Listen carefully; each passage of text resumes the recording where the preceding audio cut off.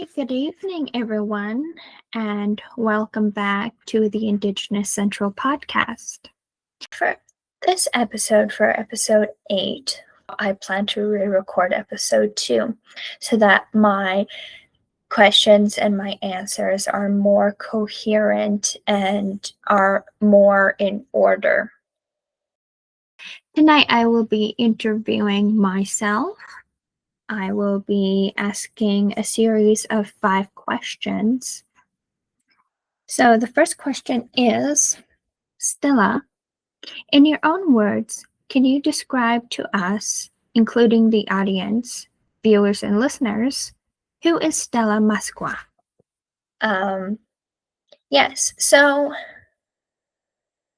how I would explain myself as a person in my own words, I like to think of myself as a creative thinker, meaning I like to think of myself as one who thinks outside of the box, who comes up with an idea, whether or not it's an original idea or it's an idea that I copy from someone's original material and I create my own version from that. So I like to think of myself as a creative thinker. I also like to think of myself as someone who aspires to be a leader, to lead others, to be a role model for younger peers who are younger than me, or for peers who are around my age. I like to think of myself as a team player, working with a team that has the same goals. And that's very important when you're working in a team and when you bring your work and your experience and your knowledge and you bring your mind and your heart and your soul to the goal, to reaching that goal, to accomplishing that goal, whether that's at home, that's at school, that's at work. I like to think of myself as a person with good taste, as someone who has good taste, whether that's when it comes to selecting or curating a playlist. I like to say I have good taste in the type of music I listen to, whether that's from jazz, that's from rock and roll, that's from soft rock, that's from indie pop, or that's from contemporary pop or country or jazz, or I like to listen to a variety of music. I don't like to just listen to strictly pop or strictly rock and roll or strictly country. I like to have a very tasteful and a mixed collection of music. And I also like to listen to music such as Patsy Cline, George Strait, Willie Nelson, Johnny Cash, a bit of the oldies, and the oldie goodies. I also like to think of myself as a person who has good taste in the clothes she wears, or has good taste in how she carries herself. She's tasteful and she's selective and she is artful. And I like to think of myself as a person who knows what she likes or what she doesn't like, who is very perceptive, very observant. So meaning that I know what I like or what I don't like when it comes to listening to a particular song or a particular genre or a particular artist. What is it I don't like about them? What is it I like about them? Is it the lyrics? Is it the background music? Is it the bass? Is it the backup singers? Is it the overall message? And also, when it comes to clothes, I like to think of myself as someone who chooses comfort over style, over fashion, over trend. For example, what I'm wearing right now, I'm quite comfortable in it. It's a warm day out, the sun is shining, and I find this very comfortable and cozy. It's a close knit, sleeveless vest style top, and I'm wearing wide legged pants. Uh, I also like to think of myself as someone who is tasteful in the colors of her outfit.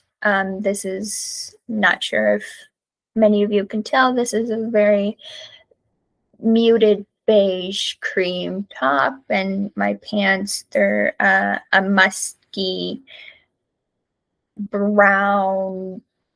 I'm not sure how to describe it, but it's very comfortable, and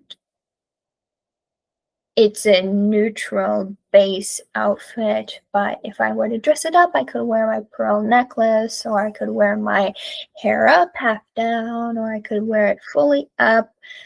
Um, and also, I'm very tasteful in not just comfort, but in practicality, versatility. So, for example, my long coat leather jacket, it can be worn in the fall, it can be worn in the winter, it can be worn with a casual button down and pair of blue jeans, or it can be worn with a fancy semi-formal dress attire, um, as well as the scarves that I wear, uh, the hair pieces I wear. Just, I like to think of myself as someone who is tasteful, who is thoughtful, who is creative, who is resourceful, and one who values versatility and practicality over say trend or fast fashion or what's new or following the lead of others. um so yeah, that's me in a nutshell. I also like to think of myself as a proud Indigenous woman, um, someone who is proud of her heritage and proud of being mixed race and finding the balance and finding the harmony of what it is that I can draw from both my native heritage and my non-First Nations heritage, and how can I create a line that doesn't blur so much to either side that I lose myself of being too much one-sided or the other side. um yeah, I guess that's about it. That's about all that I have in terms of who I am as a person, who I am as Stella.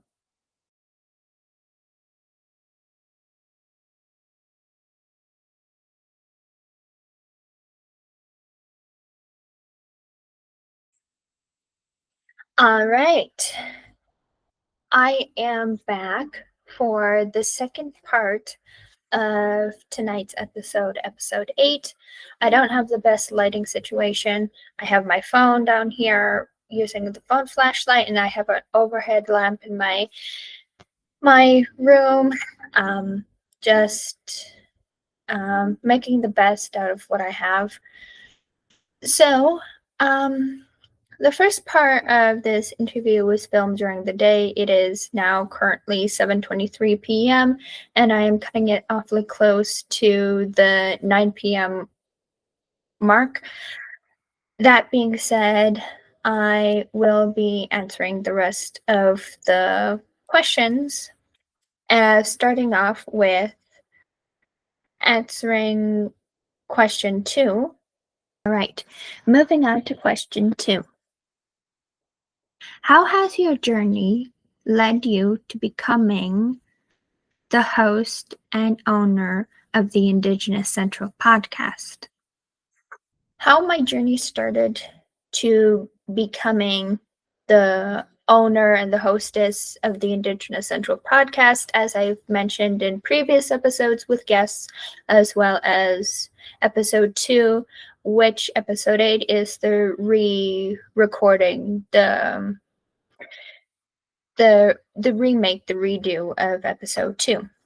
For quite a few years, actually, I thought about different business ventures, different avenues to which, for example, running a car wash, a female-owned car wash, running a clothing store, a boutique, of running a restaurant, of running all-female, Indigenous-owned and led mechanic shop for auto repairs. So there were different variations and different ideas for which business I'd like to get into. And okay, just adjusting the lights. Sorry, just adjusting the lights. Not the best light. I'm doing my best and making do with what I have. I'm hoping to get either a floor lamp in my room or a desk lamp sometime in the near future, hopefully within this week by the time episode 9 rolls around. So getting it back to how I eventually evolved, and I knew I wanted to do something to where I could be set financially in the future. So I could be a businesswoman who had a purpose aside from just making it big, making it rich. I wanted it to be meaningful. I wanted it to give something back as well as give something for myself. After many months, finally, this year in early spring, I thought a podcast. I mean, podcasts are a big thing now. They were an up and coming thing years ago, especially during COVID, and now it's a booming industry. And I thought, what podcast? Because it can't just be, the script by script cookie cutter podcast where you are talking about gossip and celebrities, and you're talking about health and wellness, talk about this and that, and talk about music and the controversy, that talk about Hollywood history. So I thought, an Indigenous podcast, great, an Indigenous podcast. That's my idea. That's the podcast that I want to create and I want to propel forward. It gives something back to Indigenous communities, but it also gives something for myself because, as I said earlier, I'm a creative thinker. I love to think of ideas outside of the box. I love to get my hands involved in the creating, in the marketing, the promotion, advertising. I mean, there are some downsides to being a solo entrepreneur, but there's a lot of good that can come from it. And so I thought of this as a project, but I didn't want it to just be a project. I wanted it to be a project that was impactful, that supported my local Indigenous community as well as supported myself, my income. So I'm hoping that once the Indigenous Central podcast, it lifts off, I'm hoping that this will be my main income. This will be my number one source of income. And who knows? Maybe I will build a second business, a third business, or a fourth business, or I'll be a venturing partner, or I'll be an investing partner, a silent partner in other businesses. But I'd love to make it big. I'd love for it to mean something, and for it to be something that I'm proud of and that many people are proud of. And so, yeah. But since early spring, going back a little bit back, taking a step back, this early spring, when I came up with the idea for the podcast, it was fortified, if you will. It was permeated, the idea to start this podcast, when I went to a local round dance here in the city I'm residing in. And I met this woman here, and I was drawn to her outfit and her confidence and the way she carried herself with what she was wearing. As I have many female role models who I look up to, Celine Dion, the French-Canadian singer, Taylor Swift, Audrey Hepburn, Grace Kelly, Shania Twain, and many other actresses and singers. But I also look up to Amelia Clooney, not primarily, but another source of inspiration, and also Princess Diana. She is loved by many, I'm sure. In terms of their style and finding comfortability and practicality, but also taking their tastes, their likes and dislikes, and bringing it together to form a style that's completely their own. Anyways, I'm going off topic.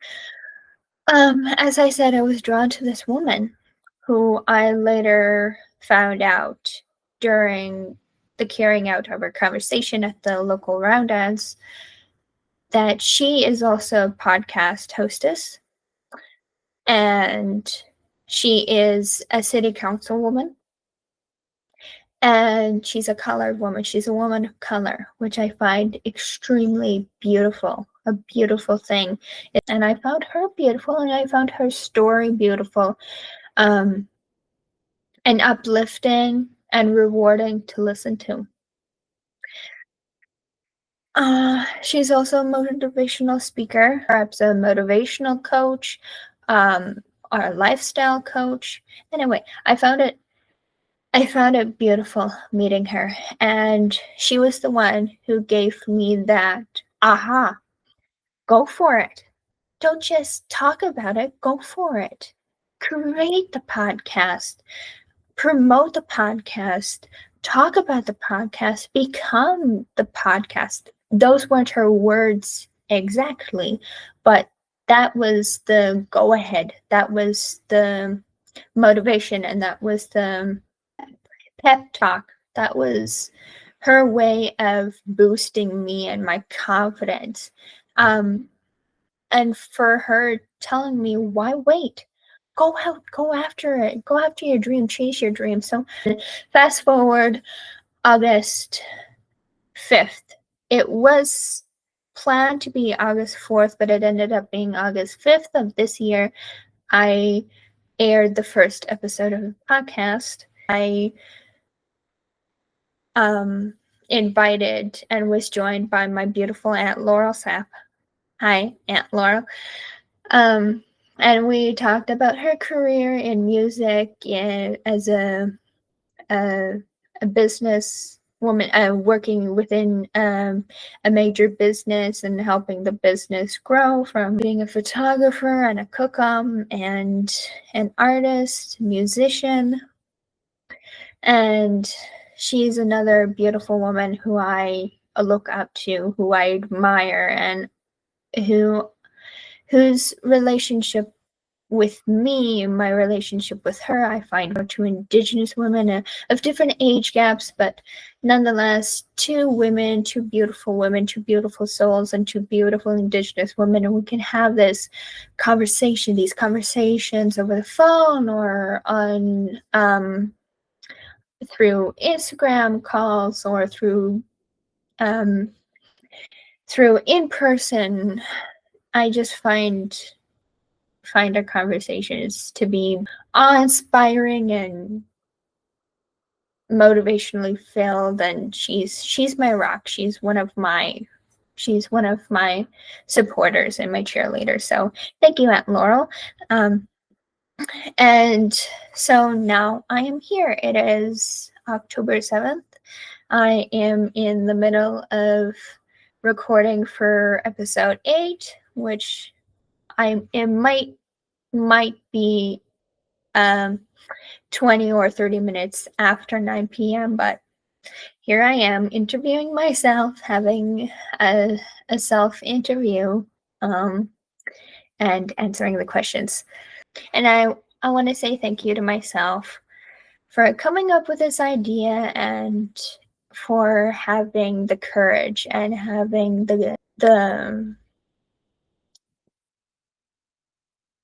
for giving it a go, for stepping outside of my comfort zone and conducting this one-on-one self-interview. So thank you.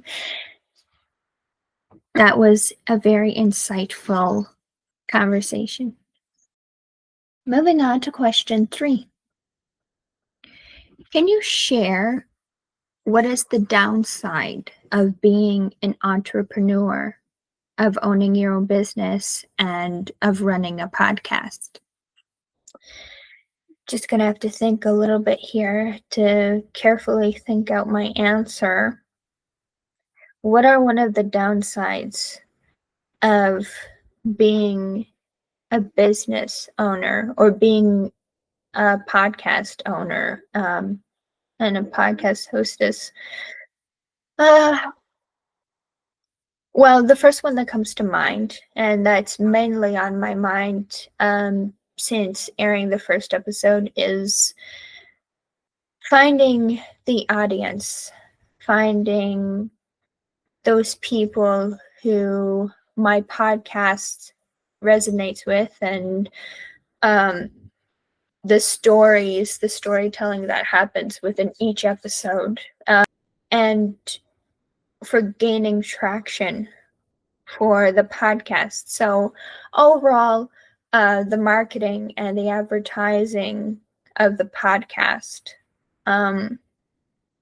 as I mentioned in a couple of episodes ago, I think it was during episode 3 with my guest speaker, Amanda Balsley, and don't quote me on this, I'm not 100% sure, and I think with Wendy during episode 6.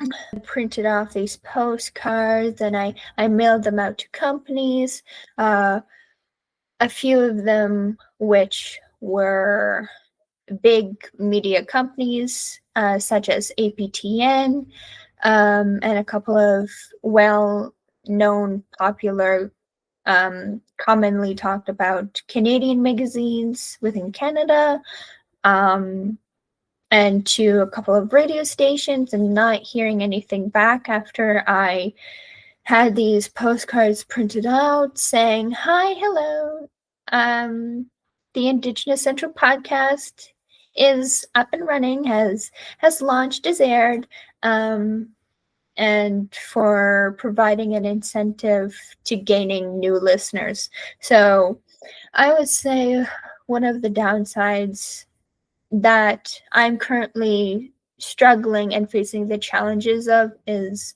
the advertising and the promoting and the marketing side of letting it known, and for spreading the word, and for new listeners to hear the word that the Indigenous Central podcast is out. So yeah, that's my answer. Thank you, Stella, so much for your answer, for sharing your story and your knowledge and experience. I understand that it's very difficult running a podcast, as you've mentioned, and it's not something that comes easily. And I do empathize with you. I am I am the one who is interviewing yourself, so I do have empathy for yourself, for myself. So thank you for answering the third question. Moving on to question number 4. What are some important steps to consider for achieving reconciliation, and where do we start?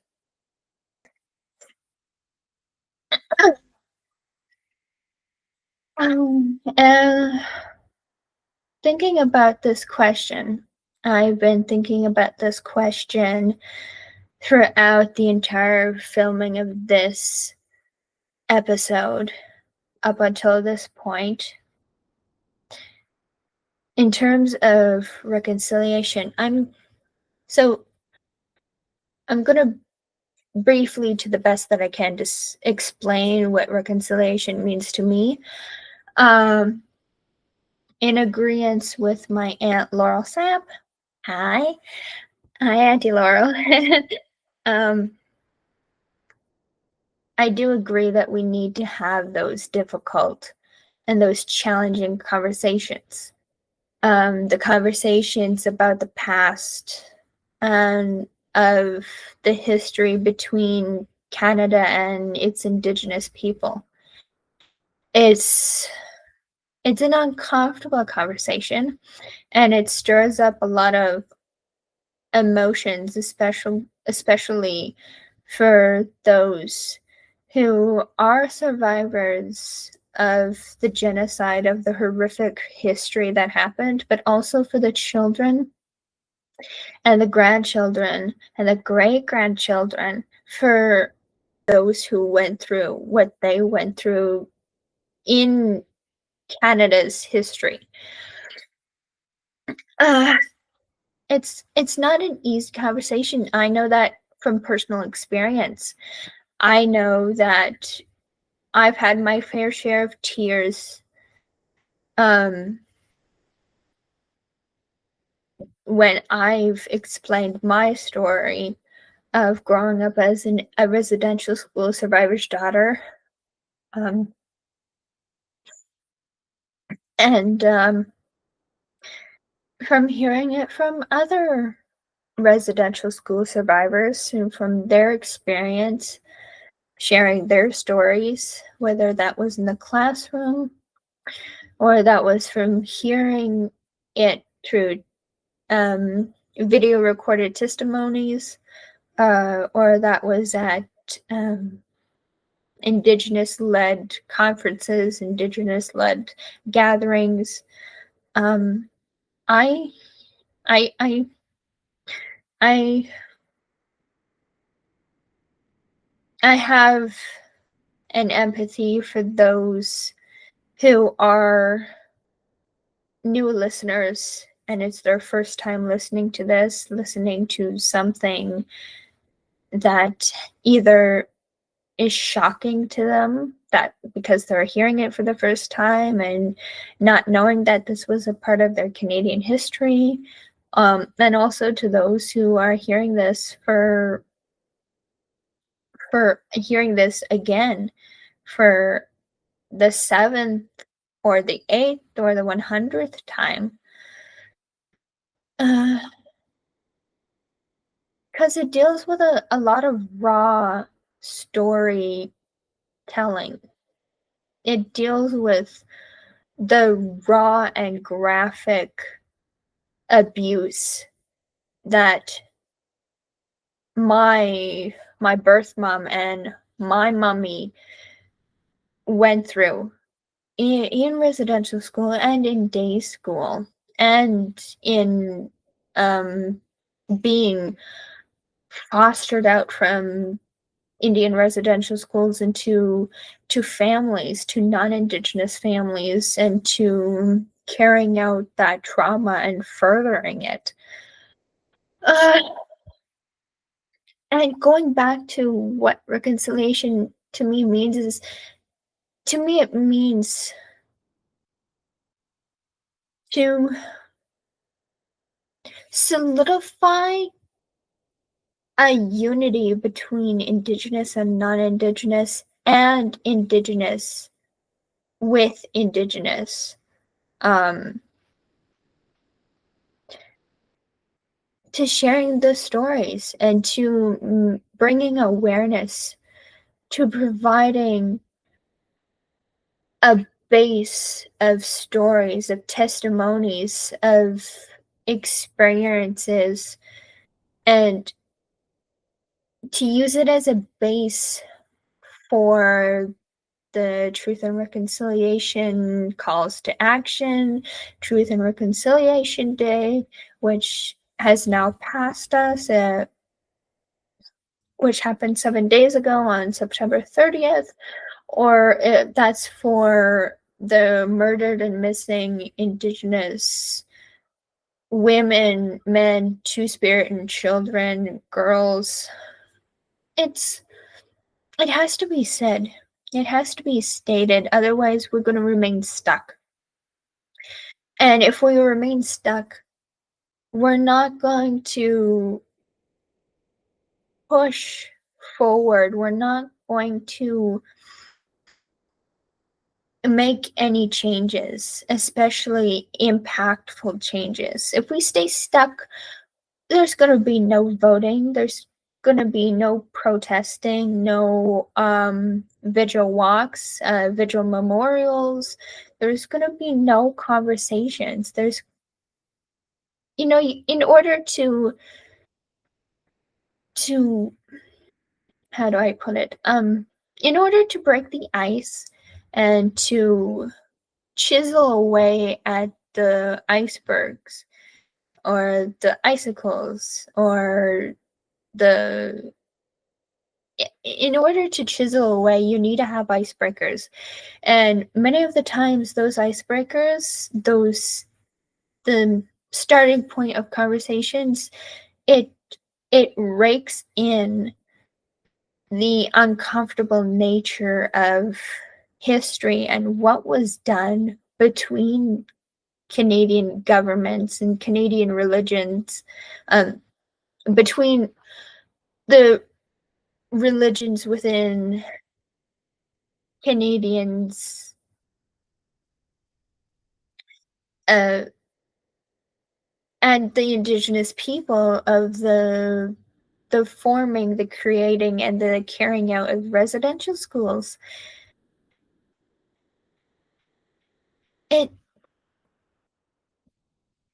Sorry, I'm just rambling at this point and I'm just repeating myself. But all I have to say is what it means for me and what I believe that it means for a lot of people is the awareness, the speaking out against the violence that happened in history and using it as a means to change for us, the Indigenous people, the Indigenous youth, to be policy makers and to be those who vote for change, the change makers, to be leaders, to be mold breakers, to be generational breakers, cycle breakers. In order for that to happen, there has to be a lot of challenges that we face and that we come through. And it's a history that has to be dealt with, and that has to be processed through, and that has to be grieved through a certain way. Everybody grieves differently, but as a country, as a nation, we need to grieve together for what happened in the past and not to allow for those mistakes to happen again. So that's what reconciliation means. And the steps that we take forward is starting from square one, opening up the bridge, opening up the pathway of communicating, and for asking questions, and for petitioning votes, and having voters place their votes for the calls to action, and for changes to be made to policies, especially outdated policies, and for votes to change the way that search and rescue handles the landfill searches, and how our municipal, federal, and provincial governments deal with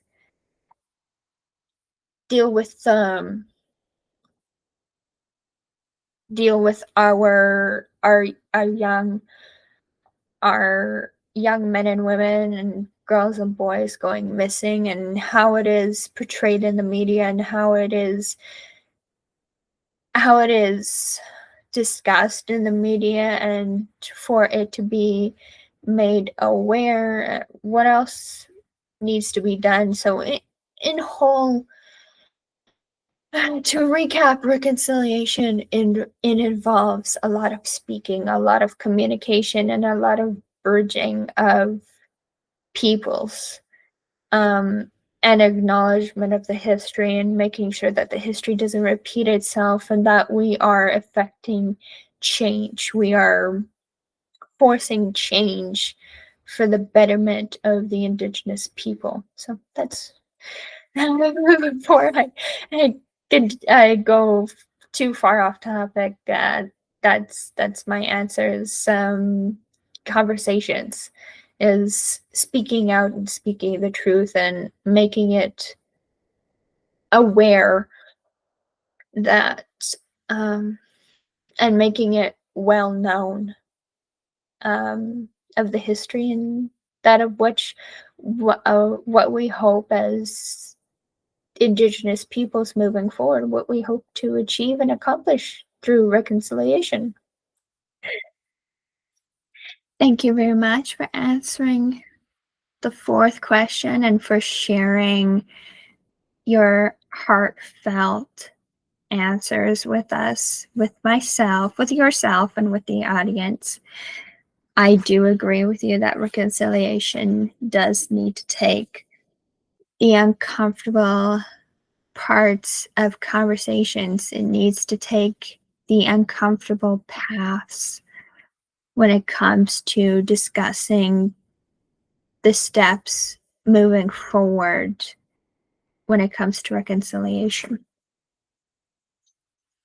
And I do hope that in the future, reconciliation can mean more than just one day out of the entire year. So thank you. On to question number 5. What is your one piece of advice to the listeners and viewers tuning into episode 8?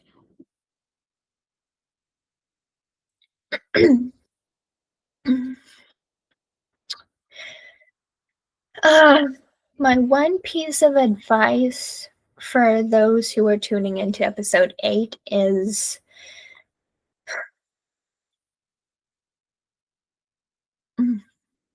that's a very good question. I have to think about that a little bit. First, before I share my one piece of advice, I'd like to ask the viewers and the listeners. I've mentioned this question before. In fact, I've mentioned it previously in episode 7 when I had the honor of my Aunt Laurel joining me for a second episode. And the question is, what do you want to be remembered most? Like, what do you want to be remembered the most by at the end of your life? What is it you want people to remember you towards the end of your life, to remember you as, to remember you for.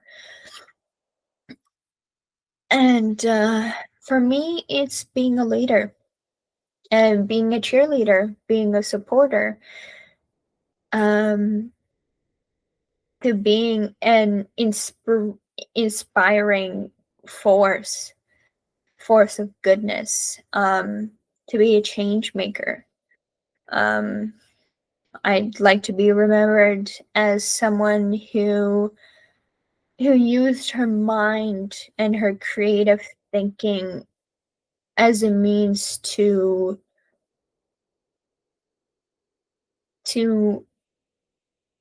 engage people, to engage listeners and participants, to having those engaging conversations, and those conversations to where they can take something away, something for the good, and that I've created that safe space and that welcoming space and that inclusive space to where they could let their hair down and they could be comfortable, and they did and they could, and that they felt they were appreciated for giving their time and their energy and for speaking with me. That's what I'd like to be remembered most by, is that I enforced positive change, in order to establish, with the goal of establishing a positive outcome. That's my answer to that question. So my one piece of advice is,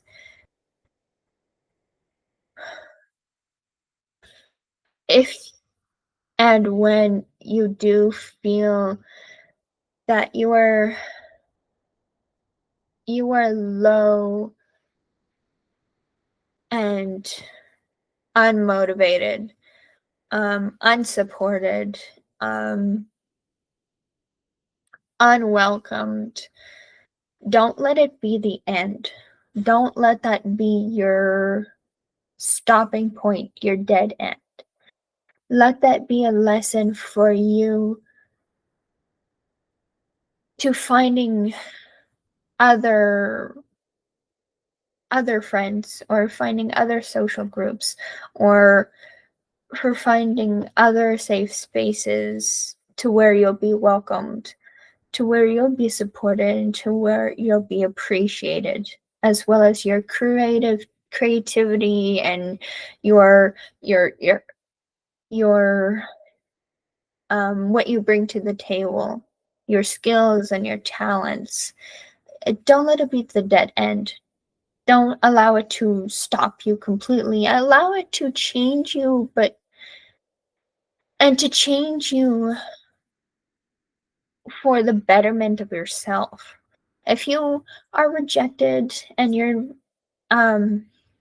invitation to join a group or to join a party is met with a no, then hold on to that invitation and carry it with you until and when you come to a party, you come to a table, or you come to an event or to a group that will take your invitation and will welcome you through the doors and welcome you for your talents and for what you have to say and for the way you think and how you problem solve and how you work in unison with a team.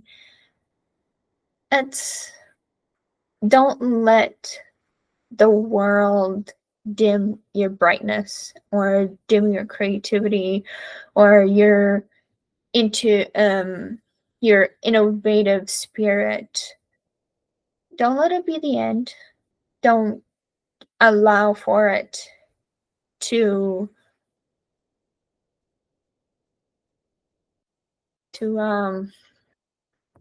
there's a word for it, to keep you down in the dust. If you fall on the ground, if you fall off your horse, if you're rocked by a current out of your canoe, stand up, dust yourself off, wipe yourself down, and get back on, get back in, and continue. So that's my advice for the listeners is just keep swimming. Thank you very much, Stella. It was a pleasure interviewing myself, interviewing you, and I hope to all of our listeners and viewers who are tuning in, I hope that this was an insightful and very honest interview, an honest episode, and that to the listeners and viewers out there, you were able to take away something from this self interview with myself, the host and the owner of the Indigenous Central podcast. Thank you all to those of you who are tuning in. And until next time, this is good night, good luck, and goodbye. Thank you for joining me.